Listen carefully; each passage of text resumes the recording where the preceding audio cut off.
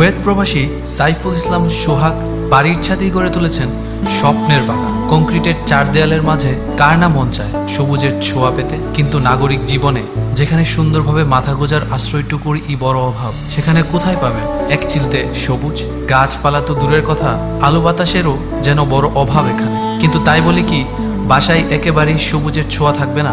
নবীনগর উপজেলা বীরঘর ইউনিয়ন ভদ্রগাছা গ্রামে মৃত জনাব আলী আজগর সাহেব এর ছেলে কুয়েত প্রবাসী সাইফুল ইসলাম সোহাগ বাড়ির ছাদকে গড়ে তুলেছেন এক টুকরো সুখের বাগান। সাইফুল ইসলাম সোহাগ প্রবাসে থেকেই চাচাতো ভাই মুসা উদ্দিনকে দিয়ে দেখাশোনা করাচ্ছেন এ বাগান। তার সাথে সহযোগিতা করছে সোহাগের ছোট ভাই শামসুল।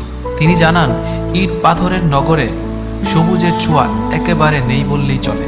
অনেক খুঁজে পেতেও বাড়ি কিংবা এলাকার আশেপাশে কোনো গাছ পাওয়া যায় না আজকাল।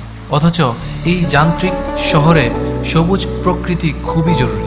তাই বাসার ছাদকে কাজে লাগিয়ে একটু সবুজ পৃথিবীর অংশীদারি হতে চাই তিনি। 40 ফুট বাই 36 ফুট জায়গা নিয়ে 40 জাতের গাছ নিয়ে চাষ শুরু করেন তিনি। বাগানে আছে বিভিন্ন জাতের আম গাছ, জাম্বুরা, পেঁপে, কুমড়া, কচু গাছ, কমলা, লেবু, জামরুল, পাতাবাহার, মালটা, টমেটো, পুঁইশাক, বেগুন, মরিচ, পুদিনা পাতা, ধনিয়া পাতা, ডায়াবেটিক ওষুধি গাছ, আঙ্গুর ফল, পেঁপে, জামসহ আরও বিভিন্ন প্রজাতির গাছপালা। এছাড়া 100 জোড়া কবুতর পালন করছেন তিনি একই ছাদে।